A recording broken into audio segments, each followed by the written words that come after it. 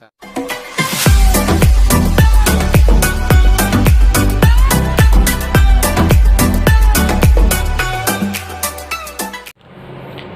Dan ini adalah ProTruly V10S yang sudah saya setting wizard dan sudah saya coba beberapa hari untuk pemakaiannya, yang saya rasakan memang beda dengan ProTruly yang D80 ya, yang pernah saya punya. Dan mari kita coba untuk sensor fingerprintnya, bagaimana kecepatannya dan keakuratannya. Ini sudah saya setting. Itu 23. Untuk kecepatannya ini lumayan cepat dan akurat. Dia langsung menyala setelah saya tekan fingerprintnya. Tidak ada jeda, jadi dia langsung getar dan menyalakan layarnya. Dan untuk tampilannya sendiri ini seperti ini ya. UI-nya sendiri ini pakai kayaknya ini UI-nya sendiri ya, atau kayaknya sih UI-nya sendiri ya, karena nggak mirip ya, agak mirip dengan stok Android sih memang. Dan untuk spesifikasinya ini sudah tertera. Ini RAM-nya 4GB, penyimpanannya 64GB dengan versi Android Nugget ya bener Nugget. Untuk spesifikasi lengkapnya kita lihat di AIDA 64. Untuk sistemnya ProTruly V10S.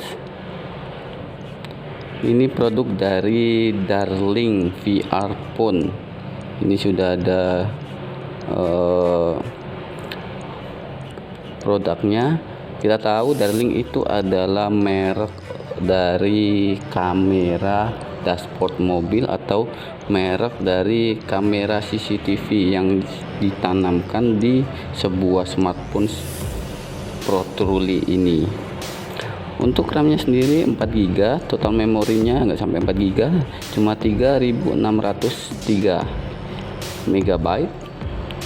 Untuk memori yang masih tidak terpakai ini masih besar, yaitu sekitar 2GB-an. Dan memori internalnya sendiri cuma sisa 52GB, yang lainnya kemakan sistem. Dan untuk chipsetnya ini memakai chipset Qualcomm Snapdragon 625, 8 kali Cortex A53 di kedalaman manufaktur 14 nanometer, yang dimana itu lumayan agak sangat boros baterai, bukan sangat boros sih, agak ya imbang lah kalau dipakai seharian, karena ini baterainya juga kalau nggak salah ini 3300 mAh ya.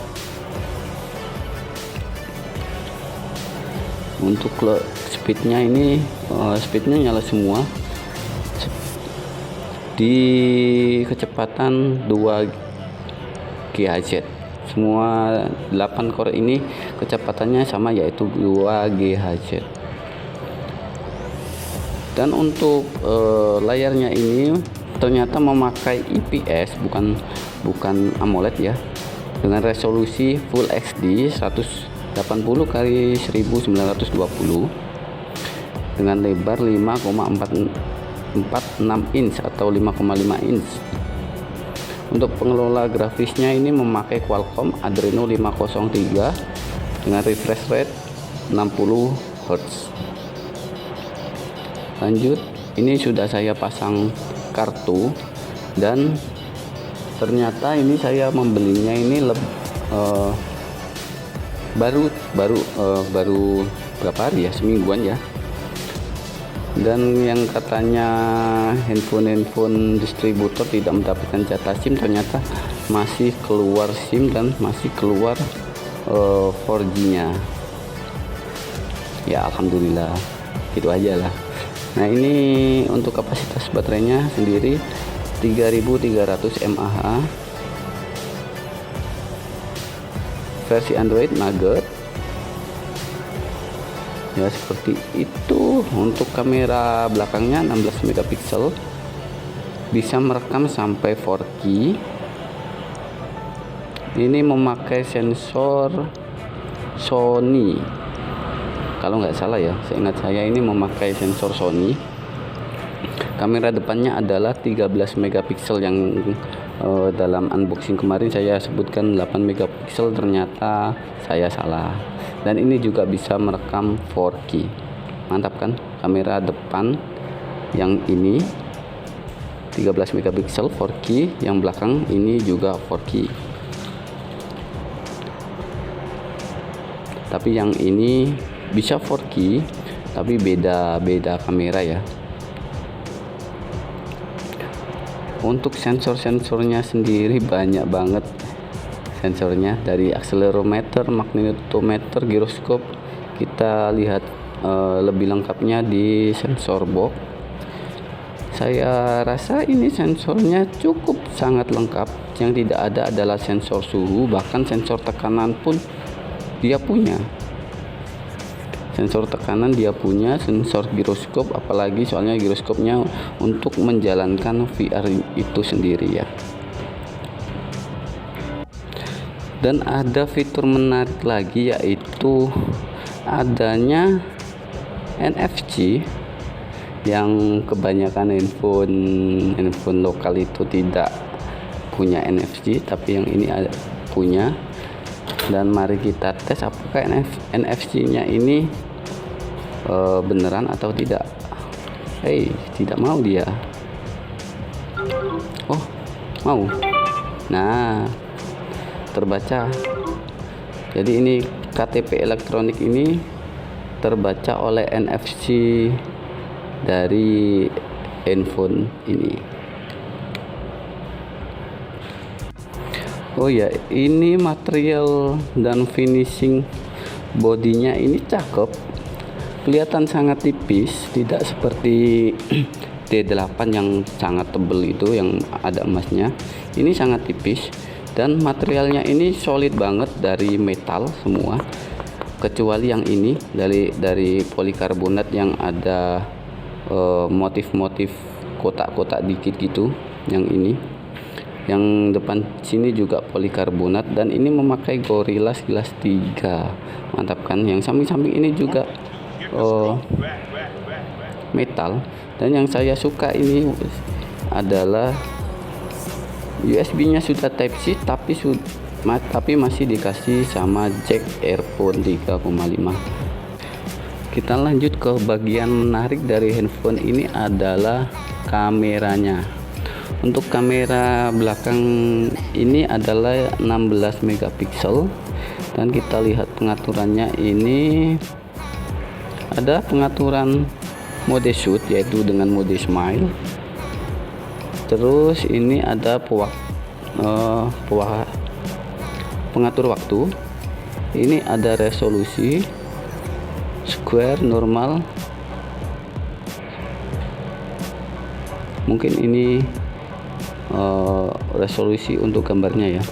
Ada HDR, bisa off tapi tidak bisa auto. Kita on kan, jangan dah. Dan ini ada metering, dan apalagi, sudah itu aja. Untuk mode kameranya sendiri ini cuma ada panorama aja ya, nggak ada mode lainnya. Tapi jika kita geser sini, ini dalam mode foto ini ada mode face beauty, ada mode video yang sudah support 4K. Terus untuk kamera depannya kita lihat sama, ini 13 megapiksel. kita buat normal. Untuk videonya sendiri ternyata tidak mau 4K, hanya mentok di Full HD, harusnya bisa 4K ya. Yang menarik adalah kamera VR nya sendiri ini bisa 360 derajat ya. Kita coba jepret foto, kita lihat hasilnya seperti ini. Jadi bulat-bulat gitu kayak bola, tapi bisa diputar. Kita zoom aja. Jadi seperti ini, agak cembung-cembung fish eye gitu, bisa kita putar-putar semua. Untuk videonya juga bisa, kita coba videonya. Jadi mau kita gerakin apapun ya tetap kayak seperti ini. Nah, jadi segala sudut ini tertangkap oleh kamera. Kita lihat hasilnya.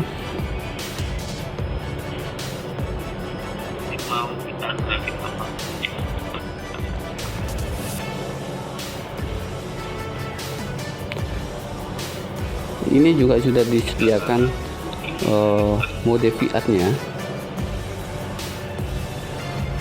seperti kalau kita pakai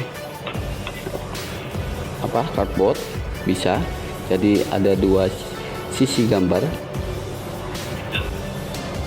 Jadi ini giroskopnya juga bisa dimatikan atau dinyalakan. Jika dinyalakan, kita nontonnya itu sambil digerak-gerakin gini, dia akan ikut. Tapi jika dimatikan, kita nontonnya stuck seperti itu kiranya. Oh ya, hasil dari kamera VR ini tidak bisa dibagikan lewat langsung share, kecuali kita login. Jadi harus untuk membagikan ke perangkat lain harus memakai aplikasi pihak ketiga, begitu. Untuk hasil foto dan videonya akan saya lampirkan di akhir video. Untuk kualitas suaranya ini bisa dilihat sendiri ya, kualitas suaranya seperti apa. Ini sudah saya putar lagu dan sudah saya fullkan volumenya. Silakan dinilai.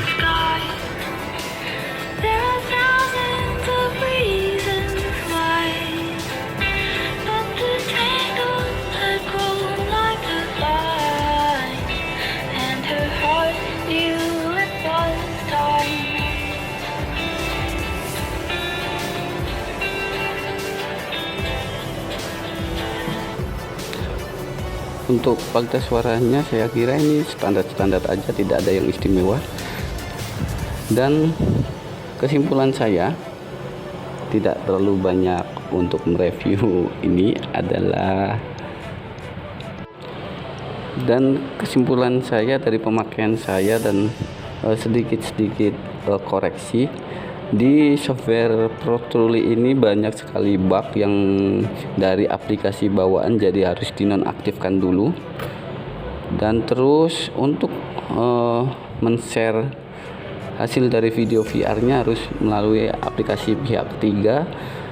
Jika ingin men-share ke media sosial seperti YouTube atau Facebook, kecuali Instagram, untuk menghasilkan video yang bisa virtual reality, bisa berputar segala arah, kalian harus menginjek metadatanya terlebih dahulu. Jika tidak diinjek, maka videonya akan memanjang, jadi kayak seperti panorama gitu.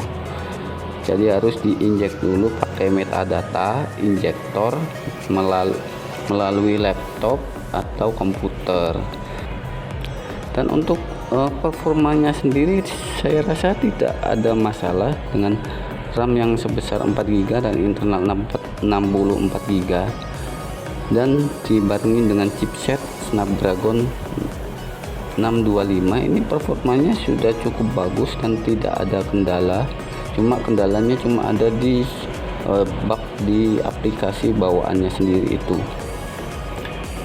Dan menurut saya ini, saya rasakan cukup puas dengan performanya, dan body dan materialnya juga kamera VR nya sih menurut saya dinilai 7 ya, daripada yang tipe Pro Tools D80. Kalau Pro Tools D80 itu kameranya lebih lengkap daripada ini, bisa diatur untuk cahaya masuknya itu berapa, tapi yang ini tidak bisa.